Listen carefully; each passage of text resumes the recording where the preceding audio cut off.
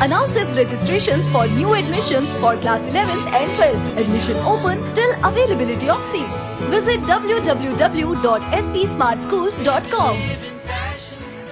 कश्मीर में बढ़ते कोविड-19 के मामलों और ब्लड डोनेट करने वालों की कमी के कारण जिला अस्पताल हिंदवाड़ा के प्रशासन ने भगतपुरा आर्मी कैंप से ब्लड डोनेशन कैंप आयोजित करने का अनुरोध किया था।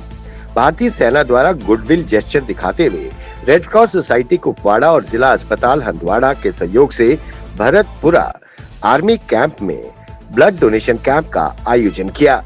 इस कैंप में 40 स्वयं सेवकों ने ब्लड डोनेट किया। कश्मीर घाटी के आबिन शाह खुशीपुरा HMT श्रीनगर में एक आवासीय घर और दुकान में आग लग गई। बगल में ही भारतीय सेना की 2 आरआर द्वारा तुरंत कार्रवाई करते हुए आग बुझाने का प्रयत्न किया गया, परंतु तब तक घर और दुकान में आग लगने की वजह से भारी नुकसान हो गया।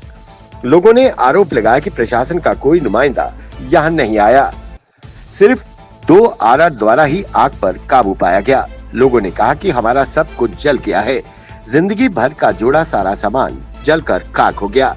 उन्होंने प्रशासन से आर्थिक मदद करने की गुहार लगाई है। जिला पुंछ के सीमावर्ती गांव अजोट में भारतीय सेना और सामाजिक कार्यकर्ता गुरदीप सिंह ने संयुक्त रूप से वैक्सीनेशन जागरूकता कैंप का आयोजन किया। इस दौरान लोगों को जागरूक किया गया कि मास्क जरूर पहने और कोविड का टीका जरूर लगाएं। लोग वैक्सीन लगवाने से डरे नहीं, अफवाहों पर ध्यान न दें। वैक्सीन ही हमें कोरोना महामारी से बचा सकती है। वहीं इस दौरान गुरदीप सिंह द्वारा लोगों को फेस मास्क बांटे गए। स्वास्थ्य एवं चिकित्सा शिक्षा विभाग ने ब्लैक फंगस अर्थात म्यूकोरमाइकोसिस को जम्मू कश्मीर में महामारी बीमारी घोषित कर दिया है। जम्मू कश्मीर में 3 दिनों में इस बीमारी के 1 मरीज की मौत और 2 अन्य मरीजों का पता लगने के बाद इस बीमारी को भी महामारी घोषित किया गया है। पूरे प्रदेश में कोरोना लॉकडाउन की सख्ती से पाबंदियां जारी है, लेकिन कुछ लोग अभी भी गैर कानूनी तौर पर फॉरेस्ट की जमीनों पर कब्जे और गैर कानूनी तौर पर निर्माण कर रहे हैं। इसी क्रम में जम्मू के फॉरेस्ट डिपार्टमेंट द्वारा बड़ी कार्रवाई की गई है। फॉरेस्ट डिपार्टमेंट ने सुंजवा इलाके में कुछ लोगों द्वारा फॉरेस्ट की जमीन पर कब्जा किया हुआ था, जिसे विभाग द्वारा ध्वस्त कर कब्जा वापस लिया गया।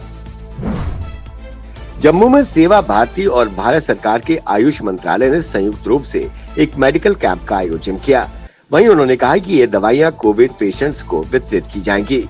कोई भी कोविड पॉजिटिव मरीज का अटेंडेंट सेवा भारती के दफ्तर में पेशेंट का आधार कार्ड नंबर, फोन नंबर लेकर फ्री में दवाइयां ले जा सकता है। सेवा ही संगठन के माध्यम से भाजपा के प्रदेश महामंत्री अशोक कौल एवं भाजपा के वरिष्ठ नेता और पार्षद संजय बड़ू ने भगवती नगर कुष्ठ आश्रम में सैनिटाइजर, मास्क और खाद्य सामग्री का वितरण किया। इस मौके पर बीजेपी के कई वरिष्ठ नेता और पदाधिकारी उपस्थित थे। जहां एक और जम्मू कश्मीर पुलिस दिन रात सड़कों पर उतरकर कोरोना लॉकडाउन को सख्ती से लागू करने में जुटी है, ताकि लोग आम जनता इस महामारी से बचे और इसकी चेन को तोड़ा जा सके। वहीं जम्मू कश्मीर पुलिस का मानवीय चेहरा भी सामने आया है, जो पुलिस अपनी जान की परवाह किए बगैर आप और हम सब की हिफाजत में लगी है। वहीं जम्मू कश्मीर पुलिस दोवाना द्वारा SDPO कौशल कौल और SHO दोवाना महेश शर्मा द्वारा GMC अस्पताल में मरीजों के अटेंडेंट्स जरूरतमंदों के बीच लंगर लगाकर भोजन पानी वितरित किया। इस आपदा के समय पुलिस द्वारा उठाए इस कदम की लोगों द्वारा सराहना कर धन्यवाद दिया गया। जम्मू के वार्ड नंबर 11 की पार्षद सुनीता शर्मा द्वारा कोरोना लॉकडाउन के दौरान कनक मंडी बाजार में गली मोहल्लों में सैनिटाइजेशन का कार्य कराया गया। वहीं पार्षद सुनीता शर्मा ने जम्मू म्युनिसिपल कॉर्पोरेशन से अनुरोध कर अपील की कि इस वार्ड में रेडी और लेबर का काम करने वाले रहते हैं।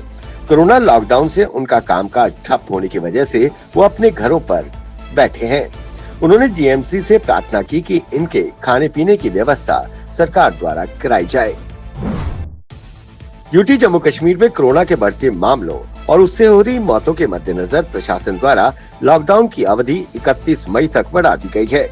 इस दौरान टेस्टिंग पर खासा जोर दिया जा रहा है। इसी क्रम में स्वास्थ्य विभाग की टीम द्वारा वेयर हाउस में टेस्टिंग कैंप लगाया गया, जहां कोरोना का टेस्ट किया जा रहा है।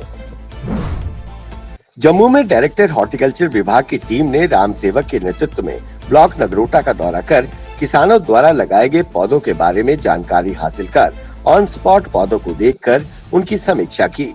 साथ ही हॉर्टिकल्चर के अधिकारियों ने कहा कि किसानों को जो भी समस्या होंगी विभाग उन्हें प्राथमिकता के आधार पर ठीक करेगा। उन्होंने किसानों को विभाग द्वारा दी जा रही स्कीमों का लाभ लेने की अपील की।